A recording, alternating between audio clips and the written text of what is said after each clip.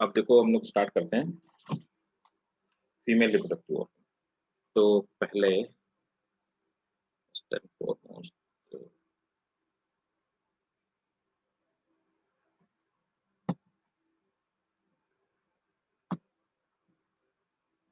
Heading डाल लीजिए female reproductive organ.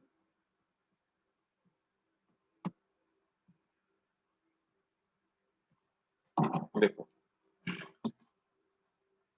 थोड़ा सा बड़ा कर देते हैं।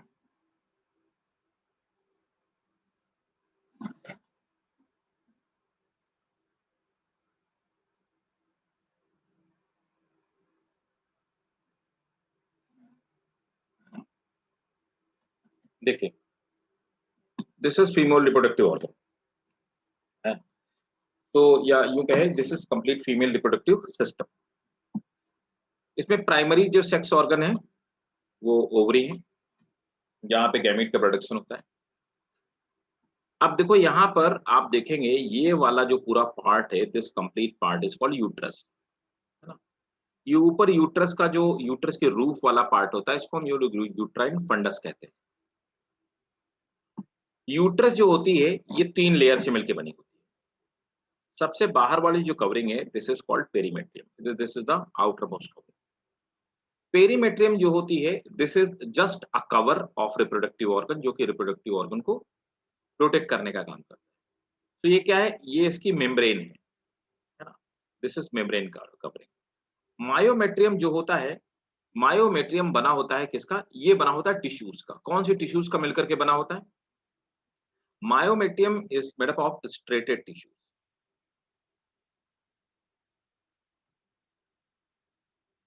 या rather than illustrated मैं कहूंगा they are made up of, ऐसे आप ज्यादा वैसे involuntary tissue, involuntary tissue मतलब वो टिश्यूज आपने हमने आपने 11th में पढ़ा था कि जो मतलब स्ट्रेटेड होते हैं, अनस्ट्रेटेड होते हैं। तो इनवॉलंटरी टिश्यूज वो होते हैं जो हमारे आपके कंट्रोल में नहीं है, इन्हीं को हम लोग स्मूथ मसल्स भी कहते हैं। एंडोमेट्रियम जो बनी होती है ये भी एपिथेलियम की बनी हुई, एपिथेलियम और म्यूकस की बनी हुई एक लेयर होती है। एंड दिस इज टेम्परेरी, ये टेम्परेरी होती है, दिस इज नॉट परमानेंट। ये तब तक टेम्परेरी है जब तक कि प्रेगनेंसी कॉज ना हो जाए, ठीक है। सो इस वॉल का फॉर्मेशन पूरे मंथ में होता है, और अगर एग रिलीज हो जाने के बाद एग फर्टिलाइज नहीं हुआ तो एंडोमेट्रियम पूरी की पूरी ब्रेक हो जाती है। एंडोमेट्रियम ब्रेक हो जाने के बाद उसमें कुछ पतली पतली ब्लड कैपिलरीज होती हैं, जिससे उसमें ब्लड भी ऊज आउट होता है। एंडोमेट्रियम वॉल की टूटी हुई सेल्स, म्यूकस और ब्लड, ये दोनों ही इस कैनाल से सर्विक्स के बाहर बॉडी से निकलते हैं, जिसको हम लोग मेंस्ट्रुअल आउटफ्लो कहते हैं। This is called menstrual outflow. तो menstrual outflow is nothing but this is made up of nutritive tissue, endometrium and mucus. Along with that there is a blood which is which oozes out from blood capillaries. उसके बाद पूरी की पूरी endometrium layer खत्म हो जाती है। Next अगले मेंस्ट्रुअल साइकिल में फिर से एंडोमेट्रियम धीरे धीरे बनना शुरू होती है और ये प्रोसेस चलती रहती है। अगर एग का फर्टिलाइजेशन हो जाता तो एंडोमेट्रियम ब्रेक नहीं होती, फिर ये परमानेंट हो जाती और पूरे प्रेगनेंसी में परमानेंटली बनी रहती, ठीक है। अब देखिए, तो यहाँ पर 2 लेयर जो यूट्रस की वॉल है, पेरीमेट्रियम और मायोमेट्रियम परमानेंट है, एंडोमेट्रियम बनती और बिगड़ती रहती है आफ्टर एवरी 28 डेज। यहाँ से यहाँ तक ये जो ट्यूब है इसको हम फैलोपियन ट्यूब कहते हैं। फैलोपियन ट्यूब वो ट्यूब है जो ओवरी को कहाँ से कनेक्ट करती है, यूट्रस से कनेक्ट करने का काम करती है। फैलोपियन ट्यूब के इस वाले पार्ट को हम इस्थमस कहते हैं, इस वाले पार्ट को एम्पुला कहते हैं, इसे इनफंडिबुलम बोलते हैं। ये वही पार्ट है जहां पर एक्चुअल में एग का फर्टिलाइजेशन होता है। तो फैलोपियन ट्यूब के अंदर भी आप मेरे से पूछे कि फर्टिलाइजेशन कहाँ होता है, तो फर्टिलाइजेशन एक्चुअली एम्पुला और इनफंडिबुलम के बीच में होता है ना। तो एग का फर्टिलाइजेशन यहाँ पर ये क्या है, फेम्ब्रियाई, है ना। They are फेम्ब्रियाई। फेम्ब्रियाई क्या होते हैं, they are finger like structure, finger like. तो ये क्या करते हैं, ये इस तरह से मूव करते रहते हैं, फेम्ब्रेई फिंगर लाइक स्ट्रक्चर इस तरह से मूव करते रहते हैं। ये वैक्यूम जैसा प्रेशर क्रिएट करते हैं जिससे कि ओवरी से जब एग रिलीज होता है तो ओवरी में क्या होता है, एग बनता जाता है और ये एग रप्चर होता है। जब एग रप्चर होता है तो इसको सक्शन प्रेशर से सक कर लेते हैं। सक करने के बाद इसके अंदर आप एम्पुला वाला पार्ट देखेंगे तो एम्पुला वाले पार्ट में पतले-पतले सिलिया पाए जाते हैं और फर्टिलाइजेशन होने या ना होने दोनों की कंडीशन में ये एग को रोल आउट करके यहाँ तक पहुँचाने का काम करते हैं। कुल मिलाकर के फैलोपियन ट्यूब वो ट्यूब है जो कि एग को यूट्रस तक पहुँचाने का काम करती है। राइट। अब देखिए ये वाला पार्ट सर्विक्स कहलाता है और ये सर्विकल कैनाल कहलाती है, ठीक है? तो सर्विकल कैनाल वो कैनाल है जिससे कि जहाँ पे यूट्रस की ओपनिंग है और ये एक्सटर्नल पार्ट है जिसको हम वेजाइना कहते हैं, ठीक है? तो वेजाइना एक्सटर्नल पार्ट हो गया। तो this is all about the female reproductive organ. Clear है? Yes sir. Yes sir. इसका स्क्रीनशॉट लीजिए, फिर मैं एक-एक चीज़ करके क्योंकि अब मैं ओवरी बताऊँगा आपको।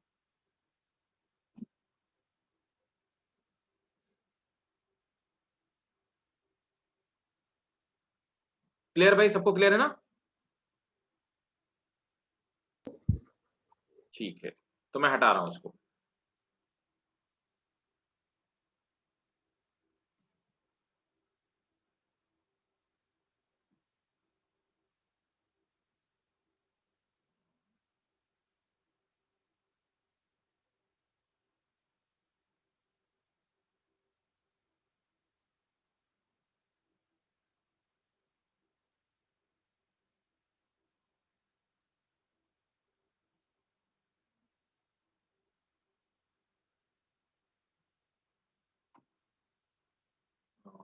Ovary, where is ovary?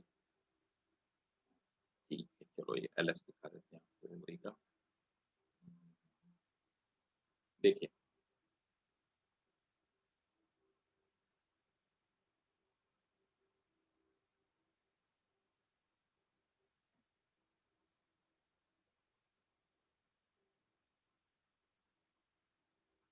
अब देखो ओवरी में मैंने आपको बताया अभी नहीं बताया। ओवरी में हर जो फीमेल होती है, बहुत ध्यान से मेरी बात को समझिए।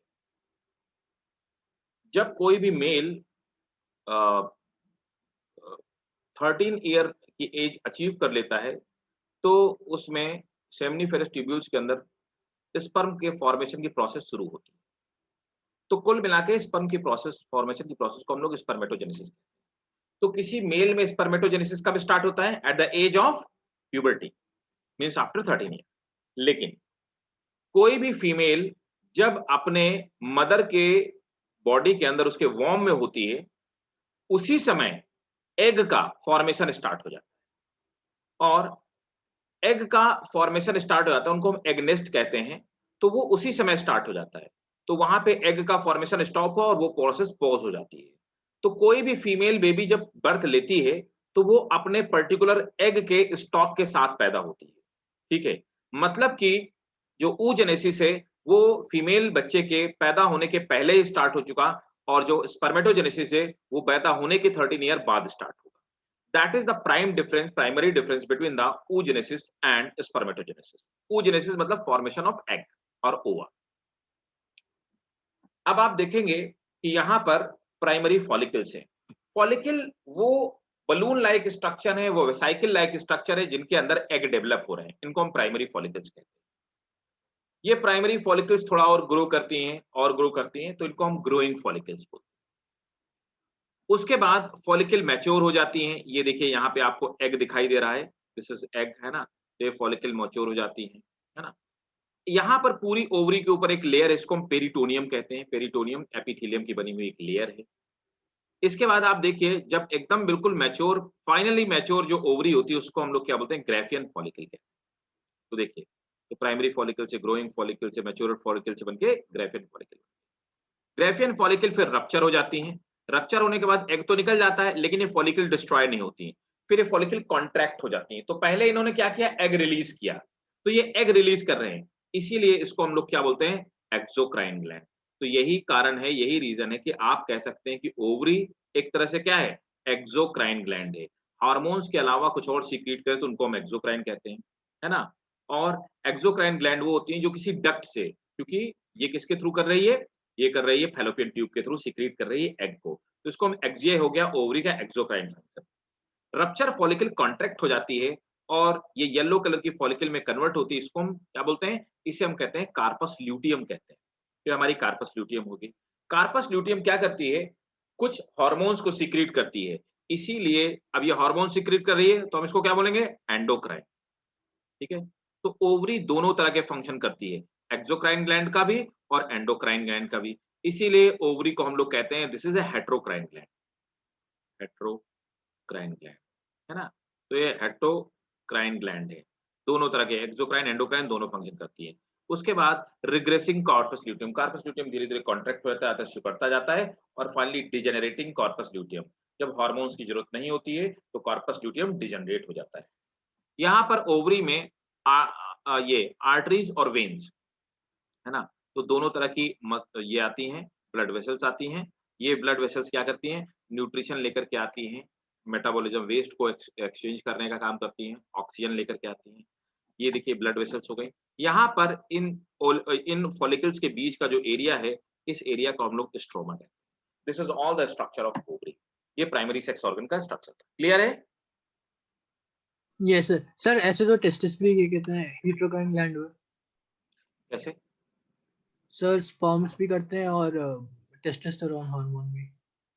स्पर्म का सिक्रीशन करते नहीं करते वो, स्पर्म को फॉर्मेशन करते हैं, दोनों में डिफरेंस है। तुम देखो ना, यहाँ पर कोई चीज सिक्रीट हो रही है, फॉलिकल वो सिक्रीट कर रही है कोई चीज, वहां पर किसी चीज का सिक्रीशन नहीं हो रहा, वो तो फॉर्म हो रहा है, सेल्स अलग हो जा रही है, तो सेल मेटामॉर्फोज होकर स्पर्म में कन्वर्ट हो जा रही है, इसलिए उसको हेट्रोक्राइन ग्लैंड नहीं कह सकते। सर यहाँ सिक्रीट हो रही है मतलब? सिक्रीट हो रही है मतलब एक फॉलिकल है, एक स्ट्रक्चर है ना, उस स्ट्रक्चर के अंदर वो क्या हो रप्चर हो रहा है, रप्चर हो गया, उसके अंदर से कोई मटेरियल सिक्रीट हो रहा है। ओके समझ गया सर। समझ गया? ये चीज सर ये कॉर्पस अगर वहां ल्यूटेनियम पर, की बात, हाँ बेटा बोलो। कॉर्पस ल्यूटेनियम फॉर्म हो गया उसके बाद क्या होगा सर, एक बार बता दीजिए। तो कार्पस ल्यूटियम बन गया। अब देखो, अगर प्रेगनेंसी मेंटेन रहेगी तो कार्पस ल्यूटियम बना रहेगा, डिस्ट्रॉय नहीं होगा, है ना। लेकिन अगर प्रेगनेंसी नहीं मेंटेन हुई, है ना, तो क्या होगा, corpus luteum regressing corpus luteum में कन्वर्ट होगी, मतलब कि वो छोटी हो जाएगी और सिकुड़ जाएगी और उसके बाद डिजेनरेट होकर खत्म हो जाएगी, वहीं पे एब्जॉर्ब हो जाएगी। तो सर इसका प्रेगनेंसी में क्या रोल है? प्रेगनेंसी में रूल ये है कि एक्चुअली एक हार्मोन होता है प्रोजेस्टेरॉन, प्रोजेस्टेरॉन अगर हार्मोन रहेगा तो तब तक प्रेगनेंसी मेंटेन रहेगी, मतलब यूट्रस की जो वॉल रहेगी ना, एंडोमेट्रियम है, वो बनी रहेगी। एंडोमेट्रियम चाहिए फीटस को एनर्जी देने के लिए, तो एंडोमेट्रियम को मेंटेन करने के लिए प्रोजेस्टेरॉन चाहिए। अब प्रोजेस्टेरॉन कहां से निकलेगा? चीन से। ठीक है, ओके सर। तो ये लगातार प्रोजेस्टेरॉन की सप्लाई करता रहेगा ताकि एंडोमेट्रियम डिस्ट्रॉय ना होने पाए। अगर ये काम करना बंद कर दिया तो एंडोमेट्रियम डिस्ट्रॉय हो जाएगी और क्या होगा, वो जो जाइगोट बनेगा, फीटस बनेगा, वो डिस्चार्ज हो जाएगा। इसीलिए बहुत सारी फीमेल्स में इस एब्नॉर्मलिटी की वजह से क्या बोलते हैं ना, मिसकैरेज जिसको बोलते हैं, मिसकैरेज हो सकता है, मिसकैरेज ही होगा। सर ये फॉलिकल का मतलब क्या होता है? फॉलिकल का मतलब होता है एक बलून लाइक स्ट्रक्चर जिसके अंदर लिक्विड भरा हुआ ओके सर। है ना। तो आप कह सकते हो वो किंडर जो आता है ना, यस सर। वो ओवरी की तरह दिखने वाला फॉलिकल ही है। तो वो जो किंडर जॉय के अंदर जो वो भरा रहता है क्या, वो जो भी भरा रहता है मटेरियल जो खाने वाला होता है, वो समझ लो फॉलिकल है, और जो किंडर जॉय का ऊपर वाला कवर है वो मान लो ओवरी है। आप समझे? Yes sir. क्लियर है भाई? Yes sir. This diagram is very important, ये पूछा गया है बोर्ड के लिए, आप नोट कर लीजिए, ये बोर्ड के लिए इंपॉर्टेंट डायग्राम है ना। तो ये हो गया हमारा प्राइमरी सेक्स ऑर्गन, वो पर्टिकुलर सेक्स ऑर्गन, और उसी तरह से जैसे टेस्टिस की जगह ये हो गई है ना, और एक्सटर्नल जो सेक्स ऑर्गन होते हैं उनको हम एसेसरी सेक्स ऑर्गन्स कहते हैं। ठीक है, तो वो भी मैं एक बार बता देता हूँ सेक्स ऑर्गन जो सर एक बार हेट्रोक्राइन फिर से बता दीजिए। हेट्रोक्राइन, अब बेटा हम उस किसी भी ग्लैंड को बोलते हैं जो हार्मोन और एंजाइम दोनों सीक्रेट करे, ऐसी कोई ग्लैंड। Okay sir. तो जैसे देखो पैंक्रियाज क्या है ना, हम लोगों ने 11th में देखो जैसे पढ़ा था पैंक्रियाज क्या है। यस तो सर। पैंक्रियाज एक तो हार्मोन सीक्रेट करता है इंसुलिन, है ना। Yes sir. दूसरा क्या करता है, पैंक्रियाटिक जूस सीक्रेट करता है, एंजाइम भी सीक्रेट करता है। तो पैंक्रियाज ने दो तरह के काम किए, हार्मोन्स और एंजाइम दोनों सीक्रेट किए, तो इसको हम लोग क्या बोलेंगे। तो देखो, हार्मोन जब पैंक्रियाज सीक्रेट करेगा तो उसको एंडोक्राइन ग्लैंड बोलेंगे, जब वो एंजाइम सीक्रेट करेगा उसको एक्सोक्राइन बोलेंगे। तो दोनों तरह के फंक्शन कह रहा है, तो हम ये कहेंगे हार्मोन से ये पैंक्रियाज एक तरह का कैसी ग्लैंड है, हेट्रोक्राइन। हेट्रोक्राइन। Okay sir.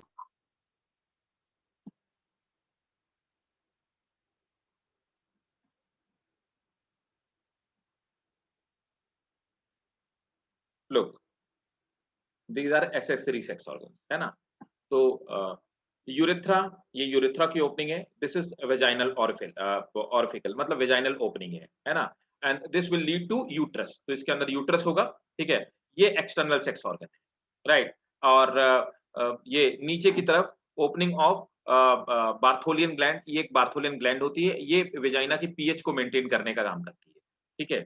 और द इनर लेयर और inner opening, this is called labia minora, and the upper opening, this is called labia majora, ठीक है? Upper part, this is called clitoris. Clitoris क्या है? This is vestigial part of penis, है ना? तो ये penis का वेस्टिजियल पार्ट है. This is vestigial penis. This is clitoris, right? Or the another thing is that is the hymen. So hymen is like this is film like structure, epithelial membrane का बना होता है, और this is a protective layer, है ना? तो ये और इसमें बहुत बीच में ये this is perforated. So hymen क्या है? This is perforated membrane. ऐसी membrane, perforated membrane, जिस मेम्ब्रेन से, तो ऐसी एक मेम्ब्रेन है, दिस इज हाइमन. ये कंटिन्यूअस मेम्ब्रेन नहीं है जो इसकी वेजाइना की वॉल पे लगी हुई है, ऐसा नहीं है. दिस इज अ मेम्ब्रेन जो जिसके बीच बीच में छेद होते हैं, उन्हीं से अदरवाइज जो मेंस्ट्रुअल आउटफ्लो होगा बाहर कैसे निकल के आएगा? तो this is not intact membrane, this is perforated membrane. It is sometime it is present, sometime it may not be present, ऐसा भी हो सकता है. इट इज नॉट नेसेसरी, ठीक है? सर ये बार्थोलियन ग्लैंड क्या बताया आपने? Maintain the pH of pH of vagina, pH value maintain करने का काम करती है, ठीक है? Because there are some good bacteria. Done.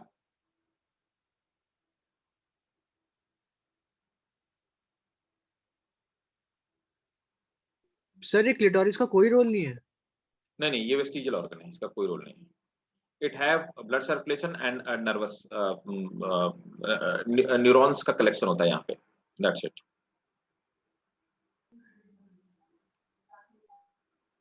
Sir मैंने स्कूल में तो पूछा था, तो सर ने बोला कि इसमें ब्लड सप्लाई होती है और मतलब ये क्वाइटस के वक्त ऑर्गाज्म देने के काम आता है. क्या क्या? सर ये मतलब सर ने बताया ना कि यहाँ पे ये एक इरेक्टाइल टिश्यू टाइप का हो जाता है, मतलब वो क्वाइटस. एक्चुअली क्या, देखो सिंपल सी बात है ना? लाइक मैंने क्या बोला, this is vestigial organ of, this is vestigial penis, है ना? तो this is representation of penis in female, right? So in the same way, like in penis there are number of muscles. So मैंने यहाँ बताया, यहाँ पे दो एक चीज मेनली क्या होता है, यहाँ पर जो नर्वस सेल्स होती हैं, तो नर्व सेल्स जो होती हैं वो बहुत सारी नर्व सेल्स पाई जाती हैं, right? So that's why it create erectile or it have erotic behavior. That is the reason behind it. Okay sir. But this is the vestigial organ, vestigial representation of penis, है ना? ठीक है. Sir So बार्थोलियन gland क्या होता है? बार्थोलियन gland क्या होती है? ये एक्चुअली पीएच वैल्यू को मेंटेन रखने का काम करती है वेजाइना के. द रीजन बिहाइंड इट कि ये बेसिक, एक्चुअली वेजाइना को बेसिक बना के रखती है.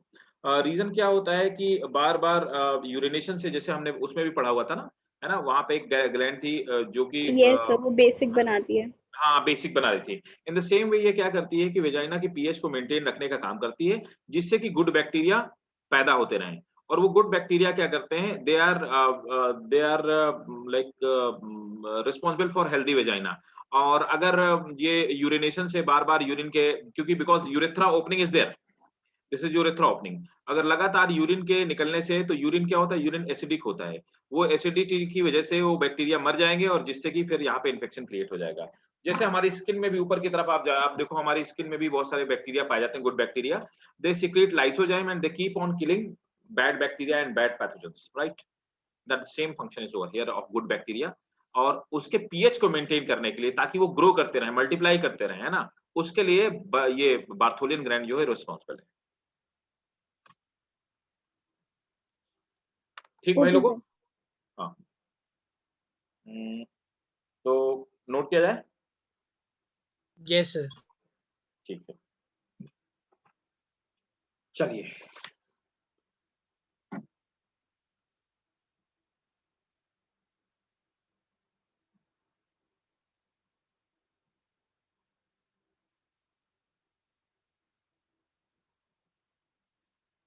नोट करो. ओवरीज सबसे पहले. या फिर फीमेल रिप्रोडक्टिव ऑर्गन, हाँ चलो ओवरीज सबसे पहले। Ovaries are primary sex organ of female. Ovaries are the primary sex organ of female. मैं डायग्राम साथ में खोले ले रहा हूँ, जिस जो जो लिखवा रहा हूँ उसका डायग्राम में खोलता जा रहा हूँ। Ovaries are the primary sex organ of female.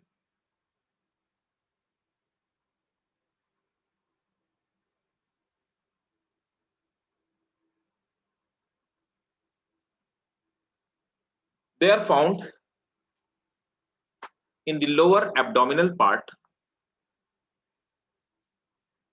They are found in the lower abdominal part and remains connected with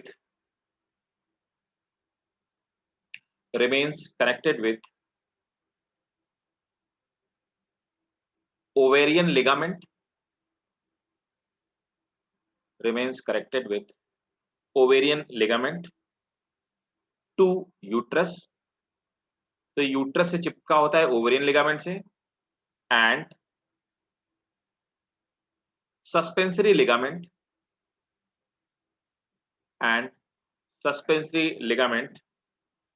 to the pelvic wall. तो दो लिगामेंट की हेल्प से ओवरी सस्पेंडेड रहती है। Next point,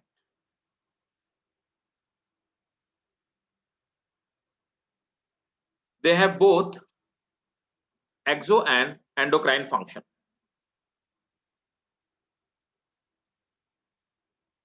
As they secrete hormones like estrogen and progesterone.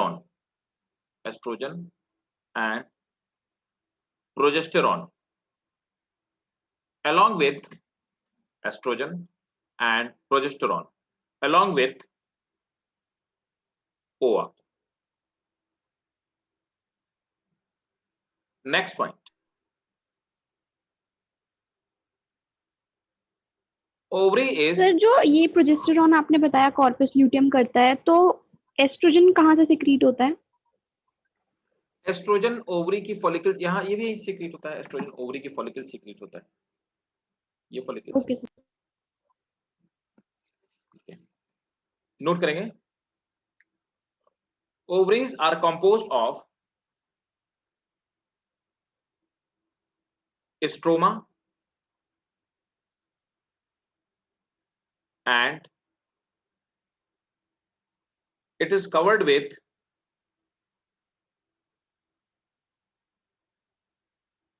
germinal epithelium. It is covered with germinal epithelium and peritoneum.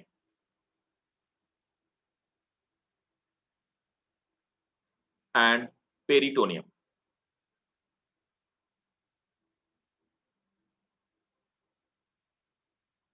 They have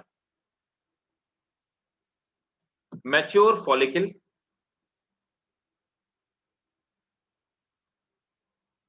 which contain OA called mature follicle which contain OA called Graafian follicle.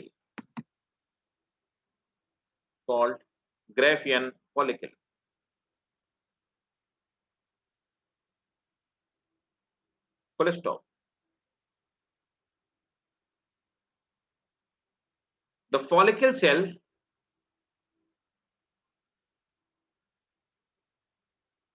when gets mature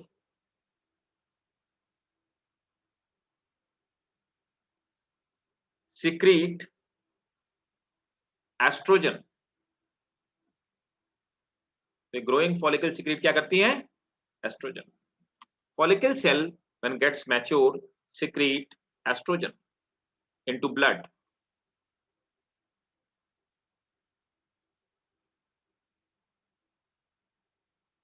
The cells of corpus luteum the cells of corpus luteum secrete progesterone during pregnancy. They secrete progesterone during pregnancy and relaxin कब secrete करती हैं? Towards termination of pregnancy. Towards termination of pregnancy. ये relaxin जो hormone होता है, आपने देखा होगा जो प्रेग्नेंट फीमेल्स होती हैं ड्यूरिंग प्रेगनेंसी उनकी जो स्लीपर्स वगैरह होती है उनके पैर में फिट नहीं होती हैं, तो उनके पैर का साइज बढ़ जाता है, बॉडी के फिंगर्स वगैरह का साइज भी बढ़ जाता है। तो एक्चुअली वो लिगामेंट्स का को रिलैक्स करने का काम करता है हार्मोन। ये सब रिलैक्सिन की वजह से होता है, जिससे लिगामेंट रिलैक्स हो जाते हैं और इन फिंगर्स और पैर के टोज वगैरह के बीच में जो डिफरेंस होता है वो बढ़ जाता है, इससे पैर का साइज बढ़ जाता है। ठीक है, ओके। तो ये था ओवरी के बारे में, है ना। नेक्स्ट हेडिंग डालेंगे fallopian tube.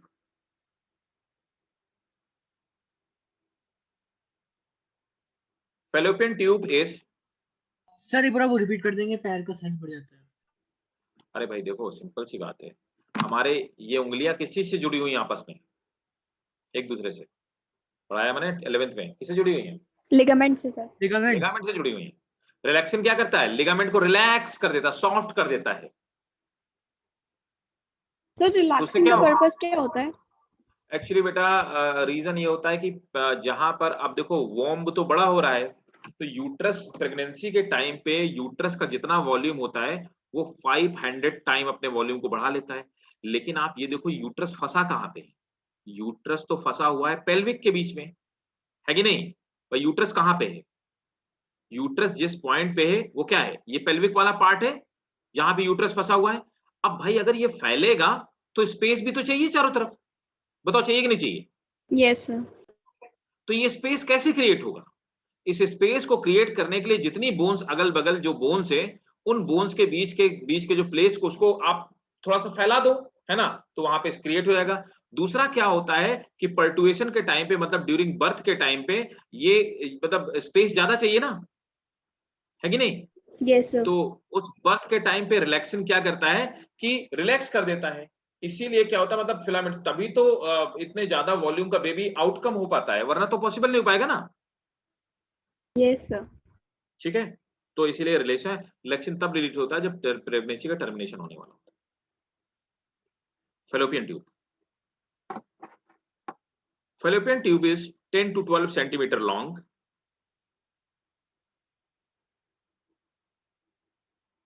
Its function is to transport egg. Its function is transport egg from ovary to uterus.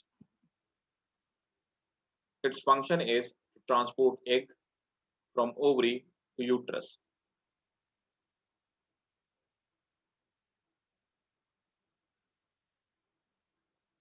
Next, the uterus or womb. The uterus or womb is highly elastic and a specialized structure. Is highly elastic and a specialized structure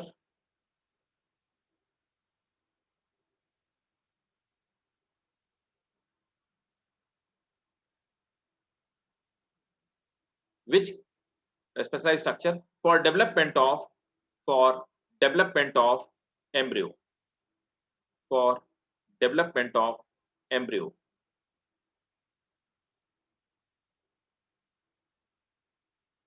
अब देखो यहाँ पर एक चीज और बताना चाहूंगा sir, जो आपने कहा था कि पैरों का साइज बढ़ जाता है तो वापस सही भी जाता है, फिर बड़ा ही रहता है।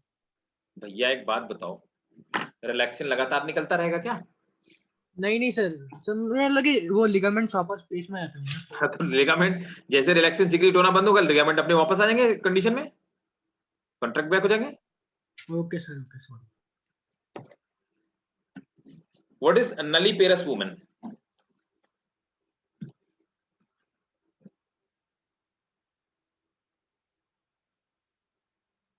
नलीपेरस और मल्टीपेरस।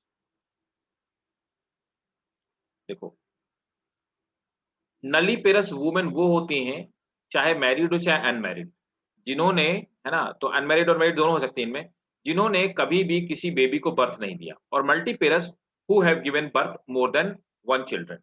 तो जिन्होंने बर्थ नहीं दिया उनके यूट्रस का साइज छोटा होगा, जिन्होंने बर्थ दिया उसके यूट्रस का साइज बड़ा। ठीक है? Yes, तो sir. The size of uterus varies in nulliparous. The size of uterus varies in nulliparous and multiparous women. Nulliparous and multiparous women. Full stop.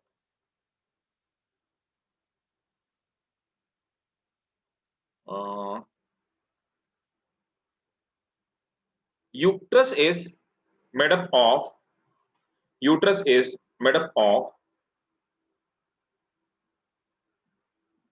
3 tissues. Outer peritoneum, ये वाला outer peritoneum,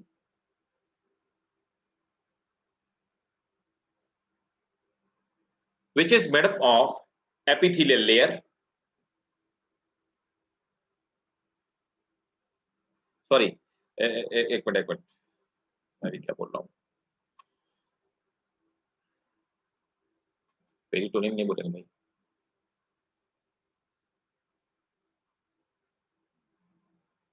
endometrium, मेसोमेट्रियम,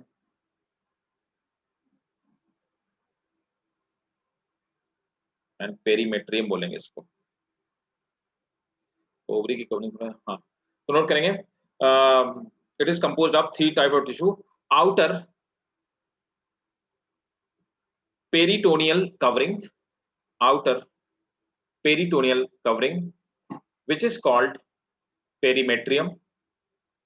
Outer peritoneal covering, which is called perimetrium, comma, Outer कौन सी covering sir?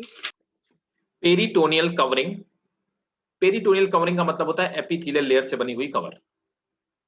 Outer peritoneal covering, which is called perimetrium, comma, middle smooth tissue layer, middle smooth tissue layer called myometrium, and innermost mucus layer,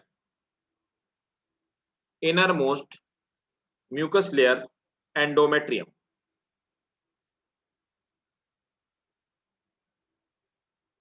full stop. Next point note करेंगे, myometrium is responsible for, innermost mucus layer. हाँ, innermost mucus layer endometrium, जो मैंने बताया बनती बिगड़ती रहती है, innermost mucus layer endometrium.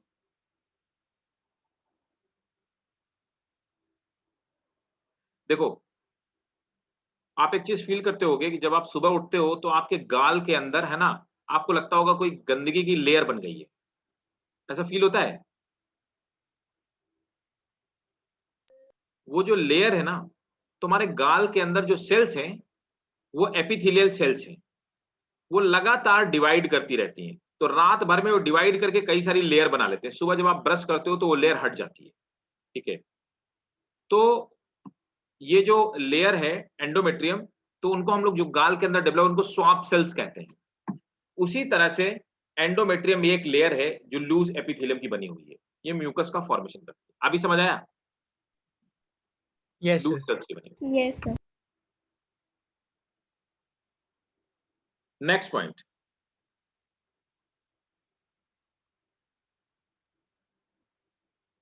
Uterus तो मैं लिखवा चुका हूँ ना, है ना?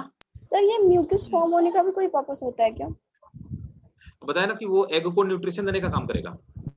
म्यूकस भी? म्यूकस से तुम क्या समझती हो, बताओ पहले तो मुझे। सर अभी आपने बताया सेल्स डिवाइड करके लेयर्स बनती हैं, वो म्यूकस होता है? देखो समझो, एपिथेलियम की कुछ लेयर हैं, इनको हम ग्लैंडुलर एपिथेलियम बोलते हैं। पढ़ा होगा 11th, पढ़ा है ना? Yes sir. Glandular epithelium. Harshit, क्या सीक्रेट करती हैं बेटा? जल्दी बताओ, पढ़ाया था मैंने। क्यों? ग्लैंडुलर एपिथेलियम क्या सीक्रेट करते हैं हर्षित? सब भूल गए, 11th वाला है ना? नीट में दोनों पूछा जाएगा, सिर्फ 12th का नहीं पूछा जाएगा, 11th का भी पूछा जाएगा। ग्लैंडुलर एपिथेलियम सिक्रीशन का काम करती हैं, हार्मोन से ही सिक्रीट करती हैं, एंजाइम से ही सिक्रीट करती हैं। याद आया? यस सर, मुझे लगा आप कोई स्पेसिफिक नाम पूछ रहे हो तो मैं रुक गया। इतना मारेंगे तुमको ना। नहीं सर, हार्मोन और एंजाइम तो सीधे याद पूछ था। रहा हूँ, है घुमा रहे हो। सीधे सीधे पूछ रहा हूँ, ग्लैंडुलर एपिथेलियम का क्या है? ये क्यूबॉइडल शेप की होती हैं। पढ़ना दोबारा से जो नोट्स लिखे हैं, रखो नहीं यस उनको। तो ये क्या करती हैं? ये सीक्रीट करती हैं एक कार्बोहाइड्रेट से बना हुआ सब्सटेंस, जेल जैसा, जिसको हम म्यूकस कहते हैं। इसमें कार्बोहाइड्रेट और प्रोटीन से बना हुआ सब्सटेंस होता है। तो इस सेल्स की लेयर होती है और इसके ऊपर क्या डिपॉजिट हो जाएगा? म्यूकस। आप समझ आया इंशिया? Yes sir. क्लियर है? ठीक, यस सर। ओके। तो एक पॉइंट और नोट करो, the capacity of uterus can be expand, capacity of uterus can be expand 500 times during pregnancy, that is from 10 centimeter cubic to 5000 centimeter cubic, from 10 centimeter cubic to 5000 centimeter cubic.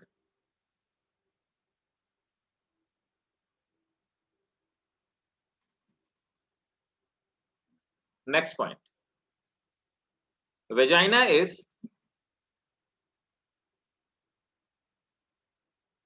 large elastic muscular tube. Vagina is large elastic muscular tube, 7.5 centimeter in length.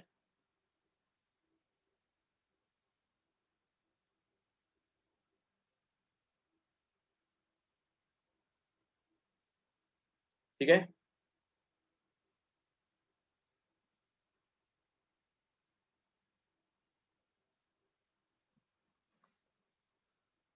Clear भाई?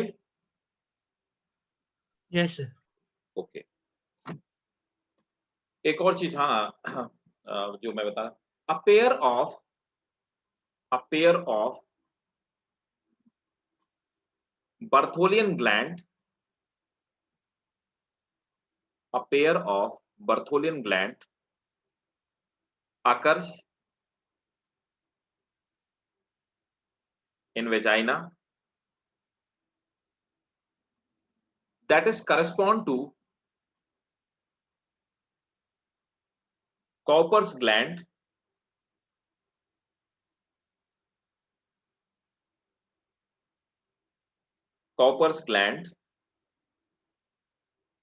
full stop. They secrete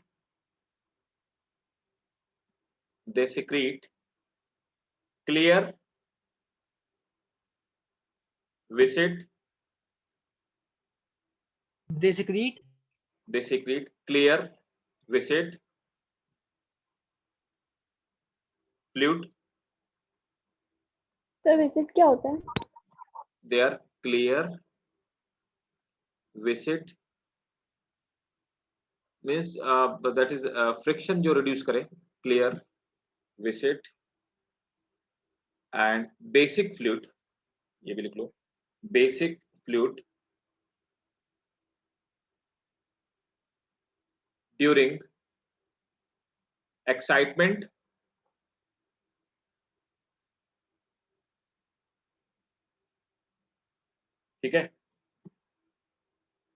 तो बिल्कुल Cowper's gland का ही, जैसे Cowper's gland क्या काम करती है, वो भी यही फंक्शन करती है और बेसिक सिक्रीशन करती है, ठीक है। बाकी मैंने इसके फंक्शन आपको बता ही दिए हैं। Clear? Yes sir. Yes sir. Okay.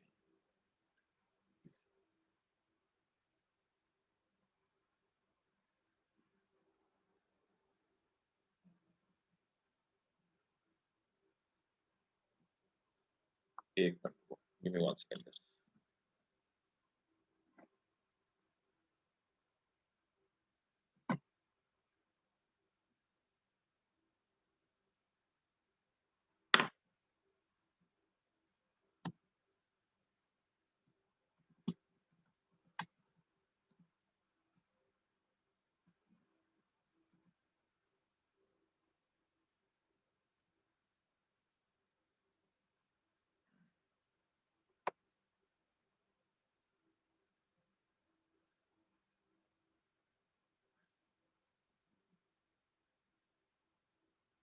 देखो, there is one more thing, wait.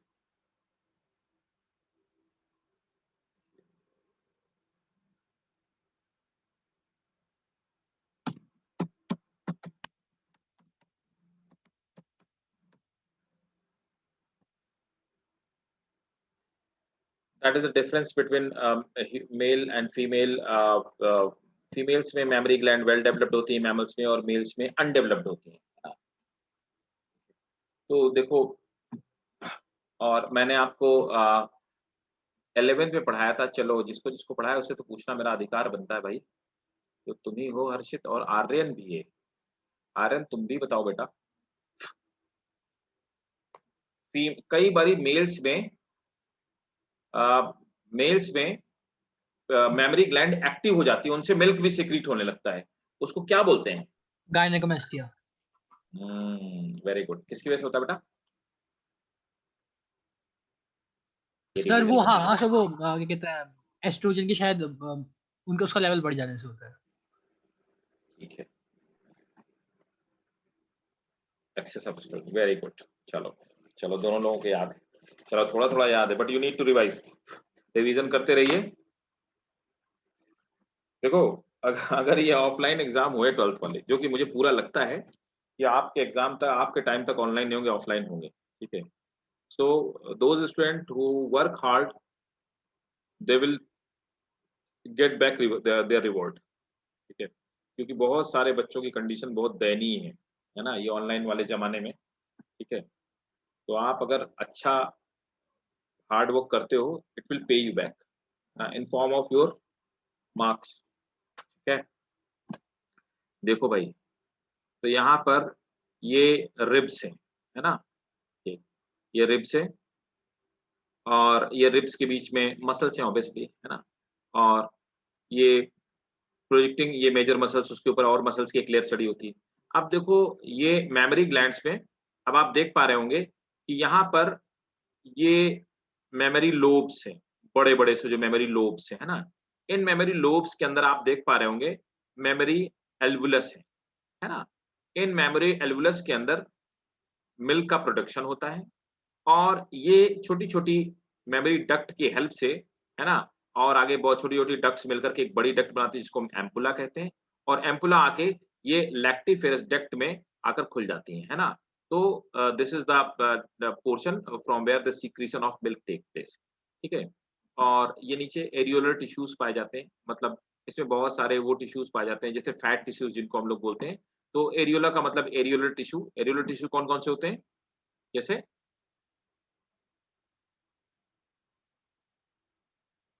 Fat कौन स्टोर करने का काम करता है? एडिपोज यार, एडिपोज, यस सर। है ना? ठीक, तो नोट कर लो। ब्रीस्ट,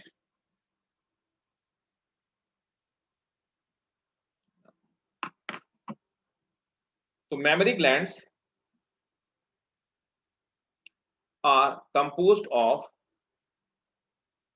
of सैकुलर ग्लैंड, जो मिल्क सीक्रेट करने का काम करती है, are composed of saccular gland. Underline करेंगे? They are modified sweat gland, they are modified sweat gland. Full stop. The glands open into nipples. The gland open into nipples with the help of lactiferous duct.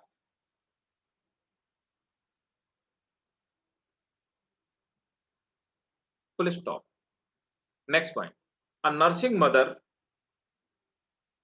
produces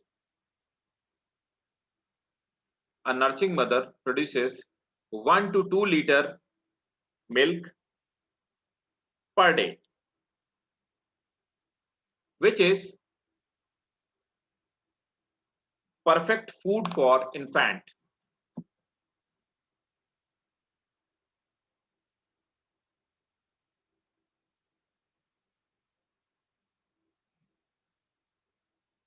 ठीक भाई?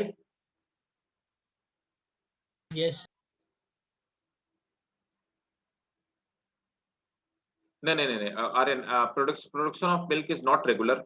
Actually क्या होता है, oestrogen और progesterone जब secret होता है तो उसके टर्म्स में डेवलप होना शुरू हो जाती हैं. और एक बात और बता दूं, ये आपको बहुत रेयर बुक्स में मिलेंगी. ऑक्सीटोसिन सीक्रेट होता है, ये मिल्क को इजेक्ट करने का काम करता है. ये इंपॉर्टेंट बात नहीं थी. तो ऑक्सीटोसिन को मैंने बताया हुआ था जब लास्ट ईयर की, ऑक्सीटोसिन मिल्क इजेक्टिंग हार्मोन इसलिए बोलते हैं, है ना. तो ये ऑक्सीटोसिन मिल्क इजेक्शन का काम करता है, मिल्क सीक्रेट करने का, है ना. और प्रोजेस्टेरोन और इसके प्रोजेस्टेरोन के प्रेजेंस में ये मेमोरी ग्लैंड डेवलप होती हैं. अच्छा, जब तक ऑक्सीटोसिन रहेगा, मतलब मिल्क का सीक्रेशन होता रहेगा, तब तक प्रेगनेंसी दोबारा कॉज नहीं हो सकती है. ठीक है, समझे? तो जब तक मिल्क सीक्रेशन होता रहेगा तब तक दोबारा प्रेगनेंसी, मतलब कि तब तक ओवा रिलीज नहीं होगा. ठीक है, उस टाइम तक ओवा रिलीज नहीं होगा. Means the pregnancy can not cause during this time period, जिसको हम बोलते हैं लैक्टेशन टाइम पीरियड. सर ये ऑक्सीटोसिन का रोल क्या होता है? Ejecting milk ejecting hormone. अरे तुम्हारा डिटेल में लिखा है, तुम पढ़ना, 11th वाले में लिखवाया था. नहीं सर, वो मैंने रिजेक्टिंग सुन लिया तभी मैं कंफ्यूज हो गया. नहीं, मिल्क इजेक्टिंग हार्मोन, इजेक्ट करने वाला. ठीक है. Yes, और ये याद है ना, मैंने तुमको ये भी बताया था कि इसी का वो फॉर्म होता है जो इंजेक्शन इनको लगाया जाता है, दूध देने के लिए गाय और भैंसों में लगाया जाता है, वो ऑक्सीटोसिन का ही फॉर्म है. याद आया? Yes sir. याद है ना, मैंने बताया था तुम्हें 11th में. तो अच्छा, ये एस्ट्रोजन और प्रोजेस्टेरोन के उसमें इसका फॉर्मेशन होता है. क्लियर है ना? अरेंज समझ में आ गया? तो एक पर्टिकुलर टाइम पीरियड, लैक्टेशन एक पर्टिकुलर टाइम पीरियड के लिए होता है. ठीक है, तो ये था फीमेल सेक्स ऑर्गन, है ना. और ऑलमोस्ट आपको बता ही दिया ऑलमोस्ट.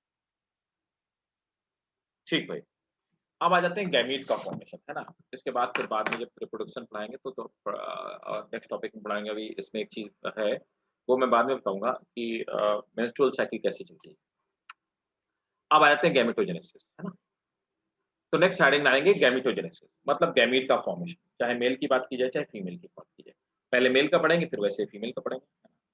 तो प्रोसेस ऑफ गैमेटोजेनेसिस, तो गैमीट फॉर्मेशन, तो नोट करेंगे. The process of formation of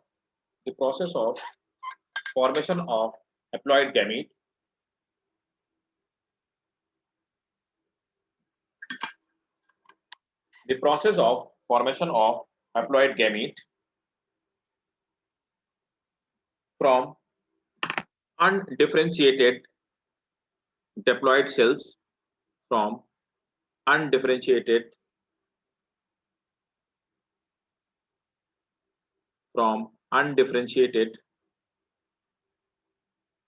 diploid cell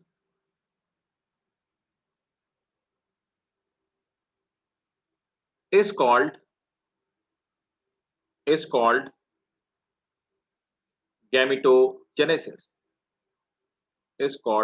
gametogenesis.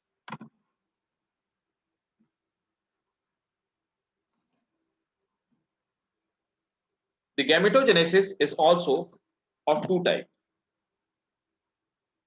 Next point here.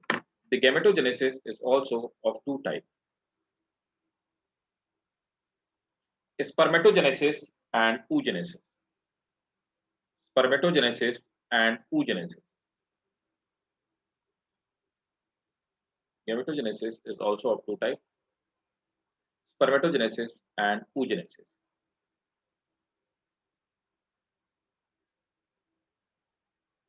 Next heading डालेंगे स्पर्मेटोजेनेसिस। तो स्पर्म कहां बनता है ये तो आपको पता है, इसको नोट कर लो, फिर मैं बताता हूं स्पर्म बनता कैसे। द स्पर्मेटोजेनेसिस टेक्स प्लेस कहां पे होती है? टेस्टिस में। अरे टेस्टिस के अंदर कहां होती है सर वो सेमिनिफेरस ट्यूब्यूल्स। हाँ वेरी गुड, सेमिनिफेरस ट्यूब्यूल्स में होती है। तो अब देखो स्पर्मेटोजेनेसिस कहां पे होती है? वेरी गुड, सेमिनिफेरस ट्यूब्यूल्स में होती है। तो spermatogenesis takes place in the seminiferous tubules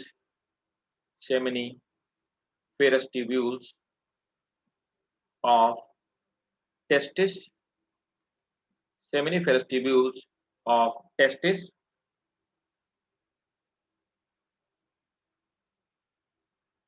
they are lined by अब इनके अंदर का लेयर किससे बनी होती है हम लोग पढ़ चुके हैं डिटेल में। they are lined by germinal epithelium. They are lined by germinal epithelium. Full stop. Sertoli cells are also found there, which provide nutrition to developing sperm cells, which provide nutrition to developing sperm cells. देखो पहले हम समझा देते हैं आपको।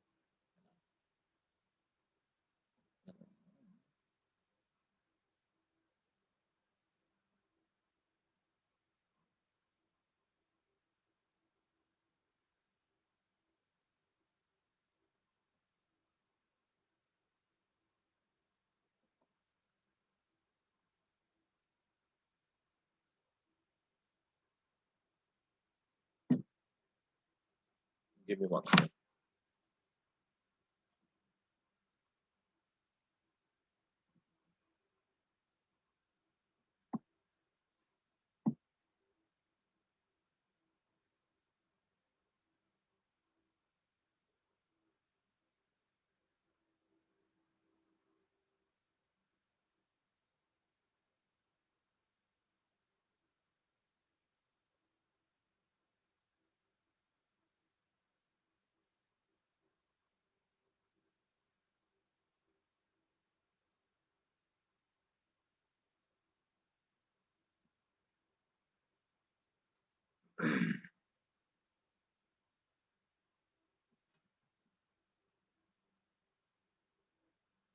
चलो पहले gametogenesis का डायग्राम आपको दिखाता हूँ।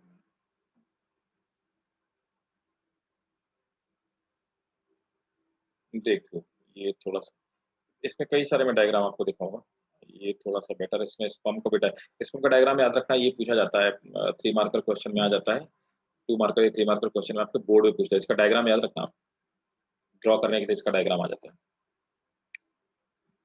देखो भाई लोगों, अब होता क्या है कि आप देख पा रहे होंगे, सबसे पहले यहाँ पे ये स्पर्मेटोगोनिया होती है ना, इनको हम स्पर्मेटोगोनिया कहते हैं। तो आप देख पा रहे होंगे ये टेस्टिस है, टेस्टिस के अंदर सेमिनिफेरस ट्यूब्यूल्स का हमने ट्रांसफर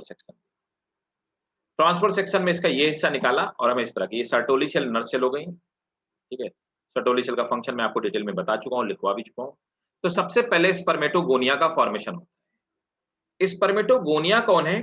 स्पर्मेटोगोनिया को हम लोग कह सकते हैं स्पर्म मदर सेल। ठीक है, तो these spermatogonia cells are also called sperm mother cell. तो क्या होता है, जर्मिनल एपिथेलियम की कुछ सेल फूड इकट्ठा कर लेती हैं और ये बाकी सेल से अलग हो जाती हैं। इन्हें हम लोग स्पर्म मदर सेल या स्पर्मेटोगोनिया कहते हैं। स्पर्म मदर सेल या स्पर्मेटोगोनिया ये बनती कहाँ से? मतलब ये जर्मिनल एपिथेलियम से फॉर्म। उसके बाद फिर क्या होता है, ये थोड़ा-सा डेवलप होकर के प्रोटोप्लाज़्म को इकट्ठा कर लेती हैं, इनमें डीएनए डिवाइड करता है और ये स्पर्मेटोसाइट का फॉर्मेशन करता है, ठीक है? ये प्राइमरी स्पर्मेटोसाइट हो गई, ये सेकेंडरी स्पर्मेटोसाइट। तो प्राइमरी स्पर्मेटोसाइट बनेगी, फिर सेकेंडरी स्पर्मेटोसाइट बनेगी। प्राइमरी स्पर्मेटोसाइट, सेकेंडरी स्पर्मेटोसाइट बनने के बाद उससे अब इनमें क्या होगा, इसमें यहाँ पर ये होगा रिडक्शन डिवीज़न होगा। रिडक्शन डिवीज़न होकर के यहाँ पे स्पर्मेटिड्स का फॉर्मेशन होगा। फिर स्पर्मेटिड इस तरह से हेड की तरफ से, है ना? सर्टोली सेल्स में इस तरह से अंदर की तरफ धँसे हुए रहेंगे, संकीर्ण रहेंगे। इनको न्यूट्रिशन मिलता होगा, मिलता रहेगा। उसके बाद ये नर्व सेल की हेल्प से मैच्योर होके मेटामॉर्फोस हो जाएँगे और स्पर्मेटोजोआ का फॉर्मेशन करेंगे। स्पर्मेटोजोआ जब आगे आकर के मोटाइल हो जाता है, एपिडाइडमिस में पहुँच जाता है, तब हम उसको स्पर्म बोलते हैं।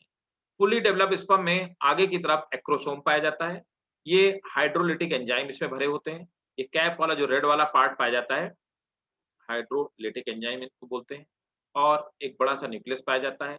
यहाँ पे माइटोकॉन्ड्रिया पाए जाते हैं। माइटोकॉन्ड्रिया इसकी नेक में पाए जाते हैं। इन्हीं माइटोकॉन्ड्रिया की हेल्प से जब तक एनर्जी रहती है तब तक ये तैरता रहता है, तो 24 आवर्स तक इनको एनर्जी मिलती रहती है, इसीलिए 24 आवर ही ये जिंदा रहते हैं। लास्ट में इनमें फ्लैजिलम पाया जाता है। ठीक भाई? क्लियर?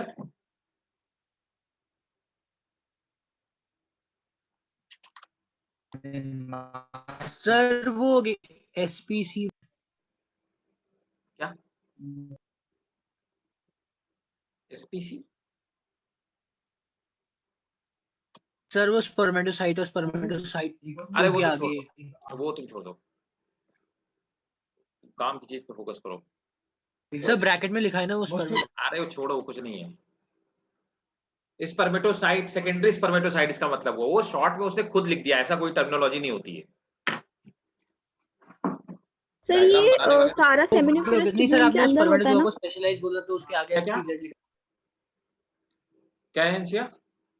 सर ये सारा सेमिनिफेरस ट्यूब्यूल के अंदर ही हो रहा है ना? एग्जैक्टली, सब सेमिनिफेरस ट्यूब्यूल्स के अंदर हो रहा है।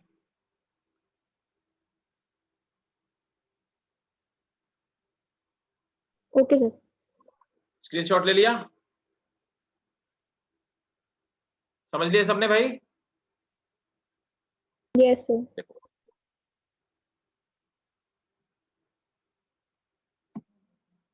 अब रुको।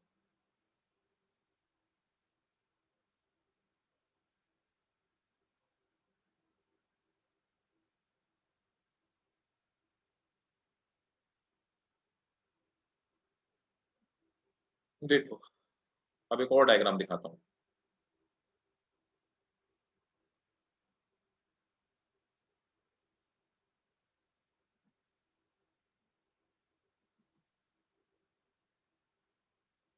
ये और ज्यादा क्लियर है। तो सबसे पहले ये क्या है? Primordial germ cell. तो मैंने आपको कहा कि प्राइमोर्डियल जो जर्म सेल्स होती हैं, ये आपस में भाई लोगों को डिवाइड करती हैं। कैसे डिवाइड करती हैं? माइटोसिस के थ्रू डिवाइड करती हैं, है ना? तो इनके अंदर माइटोसिस होता है।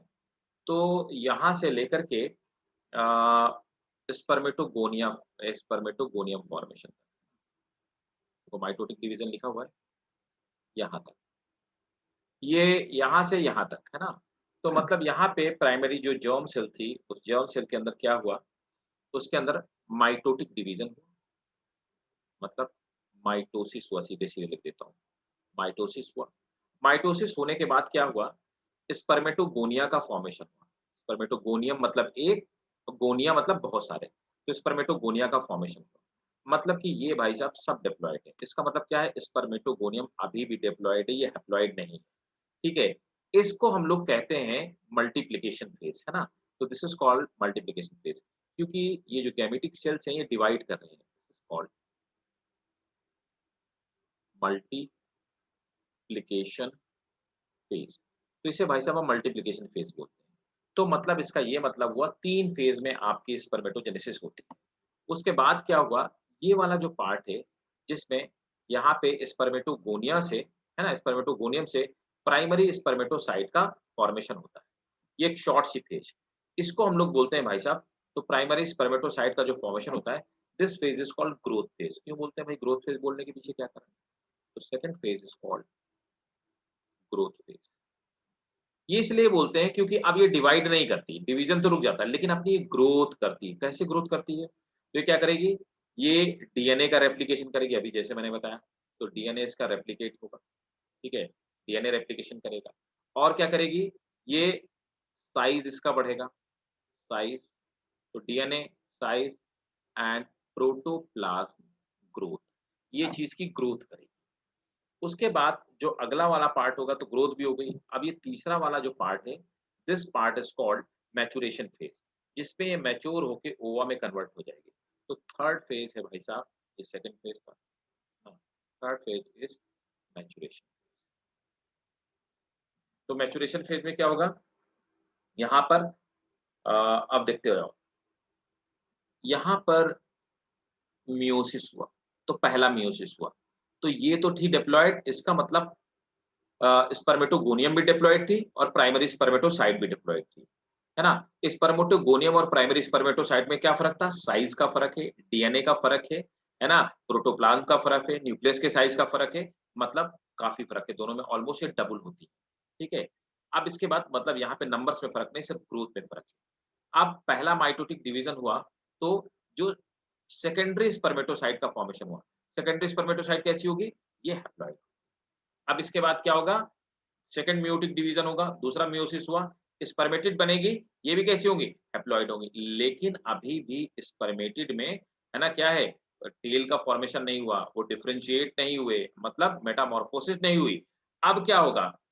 एक और चीज़, जो सेकेंडरी स्पर्मेटोसाइट होती हैं, कहाँ गई? सेकेंडरी स्पर्मेटोसाइट, ये आपस में एक-दूसरे से जुड़ी हुई होती हैं, इंटरकनेक्टेड होती हैं, ठीक है? अब देखो यहाँ पर क्या होगा? स्पर्मेटोजेनेसिस, इस देखो, इसको बोलते हैं, इस प्रोसेस को यहाँ से यहाँ तक ये बनना, मतलब कि ये स्पर्मेटिड से, मैं रेड कलर से, स्पर्मेटिड से, ये देखो, स्पर्मेटिड से मैच्योर स्पर्म बनने की प्रोसेस, है ना? इस प्रोसेस को हमने क्या बोला? इस प्रोसेस के लिए हमने एक टर्म यूज़ किया। इसको बोलते हैं स्पर्मियोजेनेसिस। ये भी क्वेश्चन पूछा हुआ क्वेश्चन है नीट का।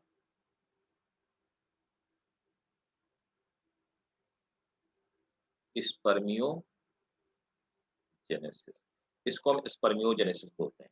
क्लियर है भाई? Yes sir. नोट कर लो इसको और ऐसे ही नोट करो जैसे मैंने समझाया। अब इससे ज़्यादा क्लियर इलस्ट्रेशन कुछ नहीं हो सकता।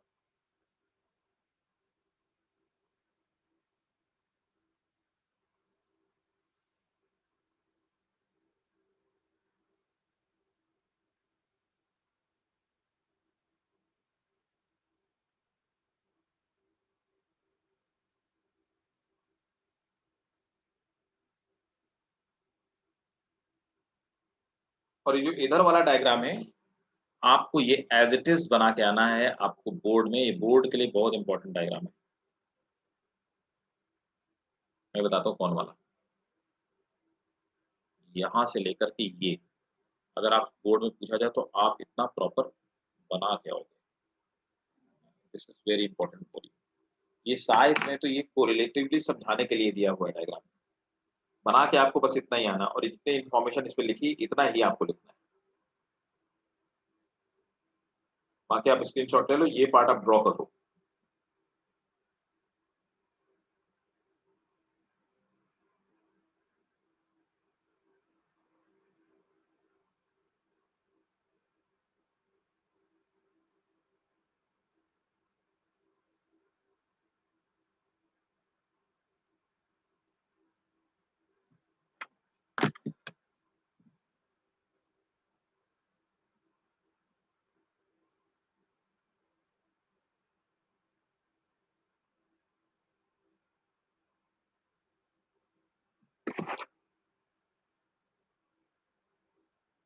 डन हो गया?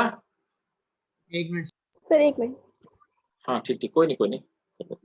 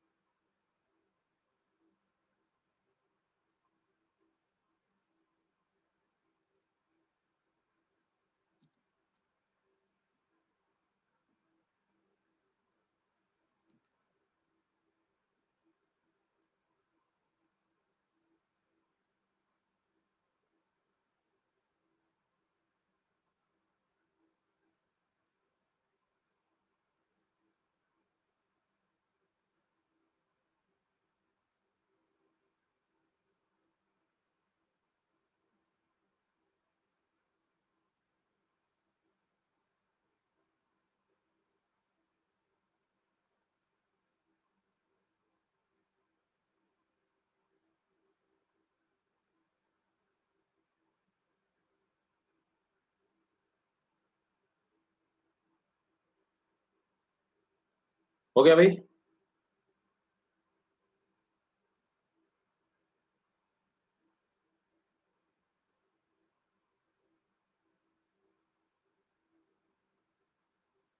Yes sir.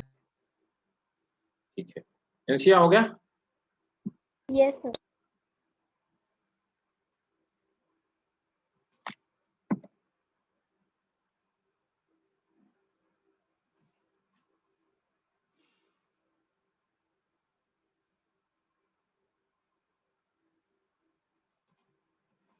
एनसिया हो गया? डन? Yes sir. ठीक है, चलो नोट करो पहले, है ना?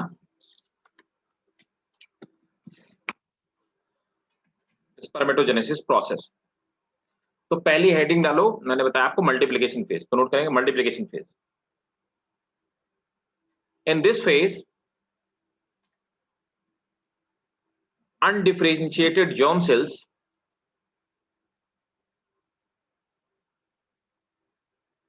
in this phase the undifferentiated germ cells present in seminiferous tubules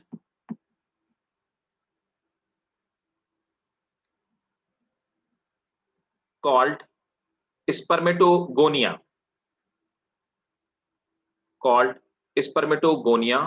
or sperm mother cell.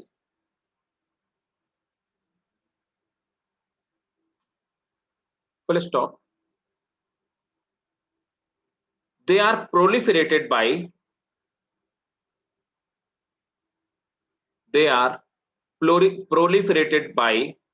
Sir called के आगे क्या था? is called spermatogonia or germinal epithelium.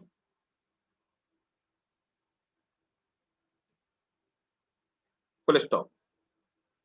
They are proliferated by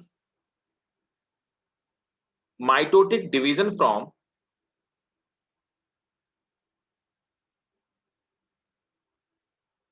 primary germ cell of germinal epithelium. Primary germ cell of germinal epithelium. Full stop.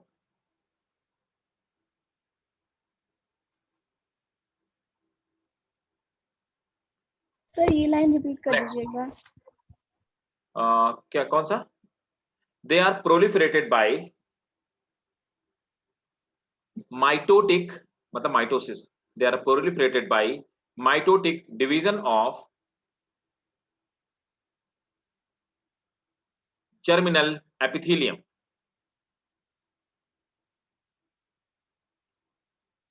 Full stop.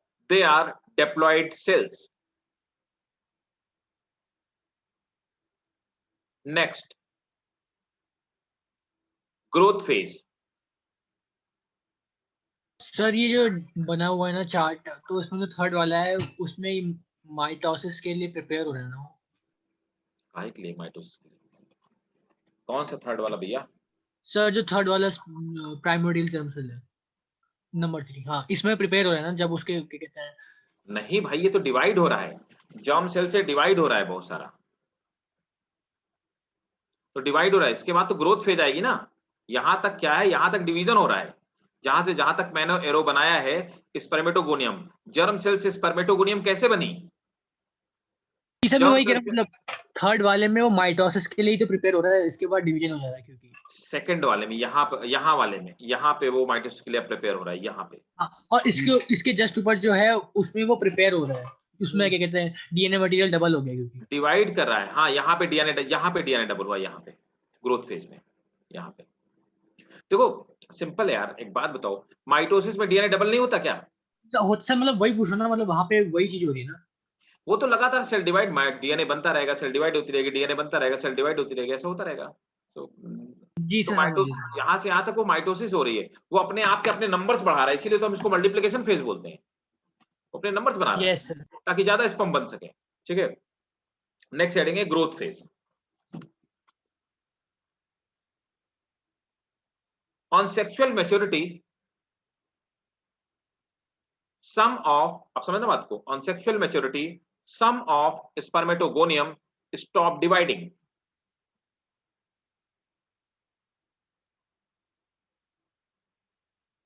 Some of spermatogonium stop dividing.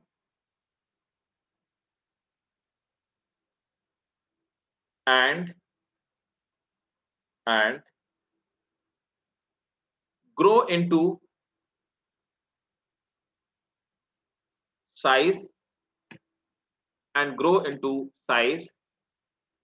by accumulating cytoplasm, grow into size by accumulating cytoplasm and replication of DNA. Go into size by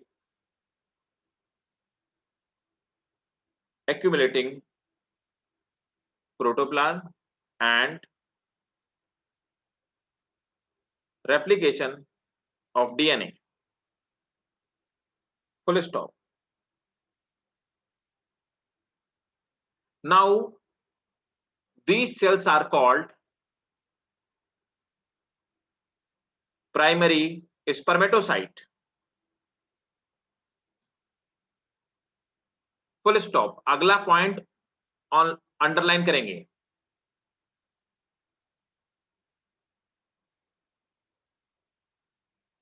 The growth phase is also called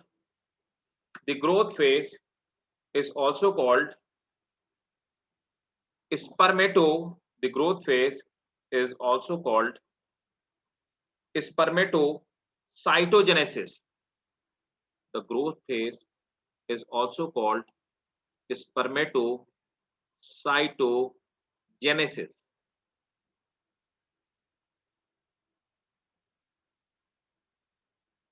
Full stop. These cells are twice the size of spermatogonium.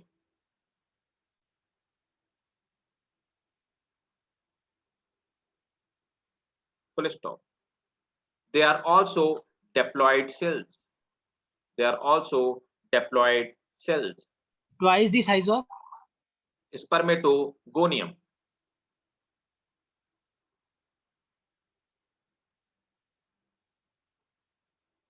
Next, maturation phase.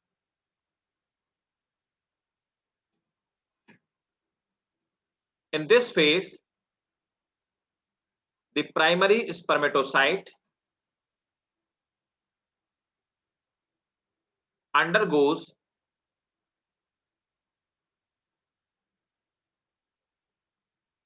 first meiotic division and produces primary या secondary? Primary. बेटा ये जाएगी ना, देखो ना, ये primary spermatocyte ही तो ये वाली है ना. अब ये तो मियोसिस करेगी तब हैप्लॉइड बनी है ना. तो प्राइमरी जब सेकेंडरी में कन्वर्ट होगी तो इसके बीच में क्या होगा? फर्स्ट मियोटिक डिवीजन होगा, है कि नहीं? द डिवीजन क्या लिखा? The primary spermatocyte undergo first meiotic division and produces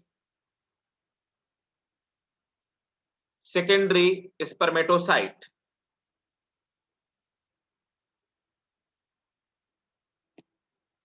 Which is haploid. That is 23 chromosome.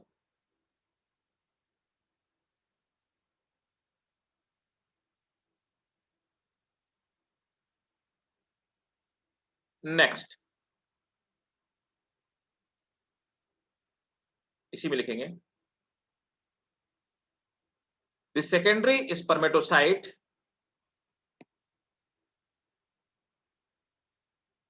soon undergoes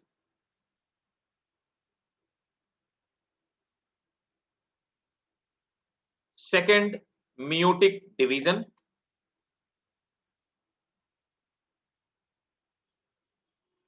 and produces second meiotic division and produces spermatids.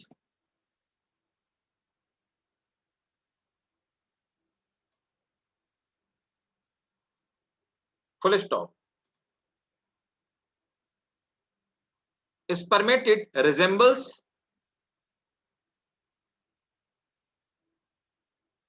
the other cell in testis in their form. अभी sperm जैसे नहीं दिखाई दे रही. Next,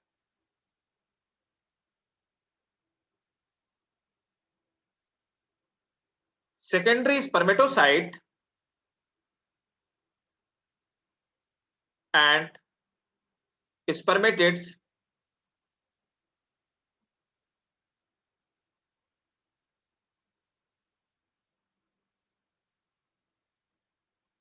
the division is not complete. Secondary spermatocyte and in spermatids division is not complete. Underline करेंगे. Hence the cells remains interconnected.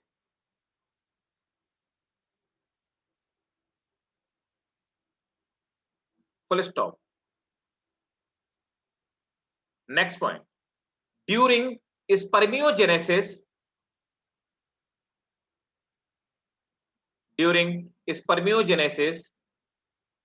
gametes separate from each other.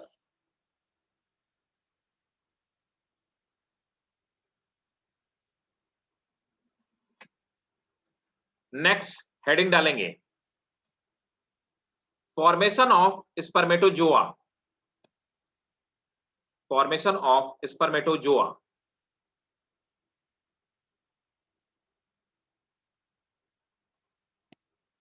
The spermatid do not divide further.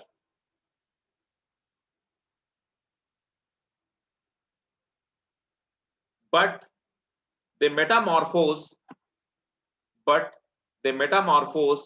into spermatozoa.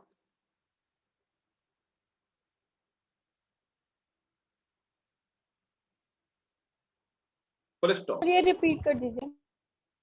Spermatids do not divide, but they metamorphose into spermatozoa. Full stop. इसी में लिखेंगे. The transformation of spermatid into spermatozoa is called spermiogenesis. पूछा हुआ NEET का question है. Is called spermiogenesis.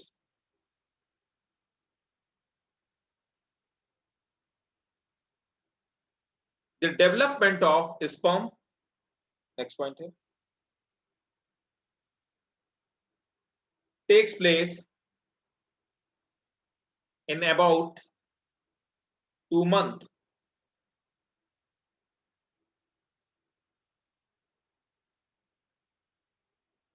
Next point, ये भी पूछा हुआ क्वेश्चन है जो नेक्स्ट पॉइंट बता रहा हूं.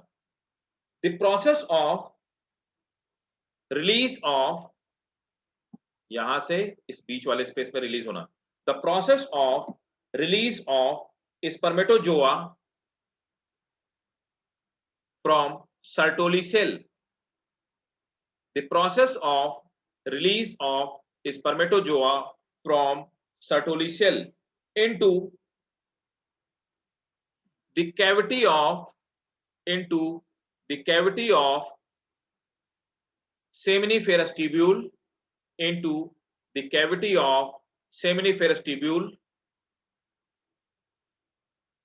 is called spermiation.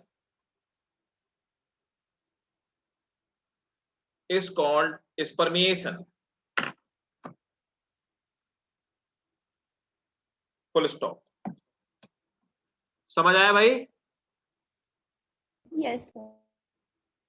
तो 3 टर्म है, स्पर्मेटोजेनेसिस मतलब स्पर्म का फॉर्मेशन, स्पर्मियोजेनेसिस मतलब मेटामॉर्फोसिस, एंड स्पर्मिएशन का मतलब स्पर्म का इनसे बन करके सर्टोली सेल से बीच में जो ट्यूब में स्पेस बचा है उसमें रिलीज हो जाना। क्लियर है? Yes sir. ठीक सर स्पर्मेटोजोआ का रिलीज हो जाना है। हाँ, तो आपने सब स्क्रीनशॉट वगैरह ले लिया है ना? Yes Yes, sir. सर मेरा वो लास्ट चैप्टर से एक डाउट था। बोलो। सर वो आपने कुछ बताया था ना कि बैम्बू 5 सालों में क्या कहते हैं पहले जर्मिनेट होता है, उसके बाद वो उसका हाँ। फ्लावरिंग फेज होता है। 5 साल में कहा, क्या बताया था? बैम्बू सर मतलब जो उसका सीड होता है वो टाइम लेता है काफी टाइम बाद। है, ये नहीं बताया था मैंने कुछ भी। मैंने बताया था बैम्बू रिप्रोड्यूस कब करता है, बहुत सारे सीड प्रोड्यूस करता है फिर मर जाता है, और कितने कितने साल, 50 से 100 साल बताया था ना, 50 to 100 ईयर्स में होता है एक बार फ्लावरिंग। मतलब सर जो आपने उसका फ्लावरिंग बताया था वो फ्लावरिंग बहुत ज्यादा होती है, उस फेज को क्या कहते हैं सर? हाँ, उसमें बहुत सारी फ्लावरिंग होती है, फ्रूटिंग होती है। सर उसके लिए आपने कोई नाम दिया था क्या? लगता तो नहीं है, कुछ नाम होता है ओके क्या? ओके सर, मैं वही कंफ्यूज। देखो, फाइनली एक वीडियो दिखा देता हूँ, है ना? मतलब कैसे स्पर्म रिलीज होते हैं, कैसे स्पर्म का फॉर्मेशन होता है। वेट।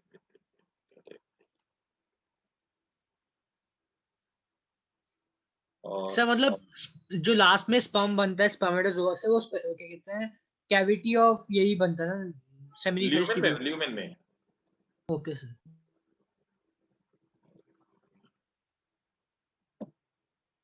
और सर इससे पहले ये सब क्या कहाँ हो रहा था? इसके पहले उसमें हो रहा था, क्या बोलते हैं, जो सेल्स का मास था, तो कहते हैं समझ गया मास ऑफ सर। सेल्स, जो पेरिफेरल पार्ट में हो रहा था। Okay sir. ठीक है, ये वीडियो देखो। This is complete process of testis में, स्क्रोटम के अंदर, ये स्क्रोटम की लेयर हो गई, यहाँ पे टेस्टिस के अंदर ये एपिडाइडमिस, वास डिफरेंस, सब पढ़ चुके हैं, आपको समझ ही आ जाएगा।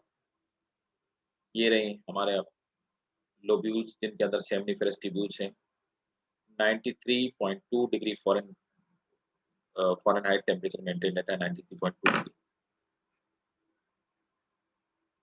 नॉर्मल बॉडी से कम। लोब्यूल के अंदर ये सेमिनिफेरस ट्यूब्यूल्स हो गए हैं, इन्हीं ट्यूब्यूल्स के अंदर स्पर्मेटोजेनेसिस होगी। ये देखो स्पर्म का फॉर्मेशन हुआ, ये जाकर रेड टेस्टिस में गई, रेड टेस्टिस से एफरेंट में, एफरेंट से एपिडाइडमिस में, एपिडाइडमिस से वॉस डिफरेंस में गया, है ना?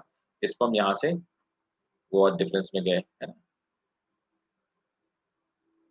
ये देखो, ये पीछे की तरफ से यहाँ से रोटेट होकर के, है ना, ये देखो सेमिनल वेसाइकिल में आए।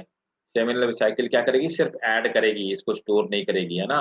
यहाँ पे सेमिनल फ्लूइड इंक्रीज करेगी, वो करेगी। अब यहाँ पर नीचे आने के बाद यहाँ पे यूरेथ्रा और ये दोनों मिल जा रही हैं, ये इनके अंदर से स्पर्म निकले,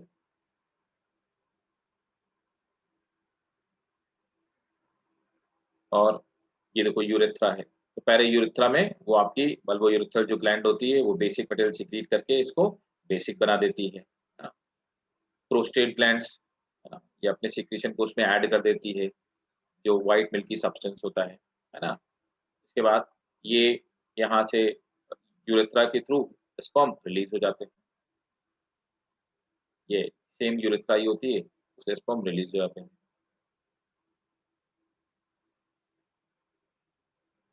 this was the complete process.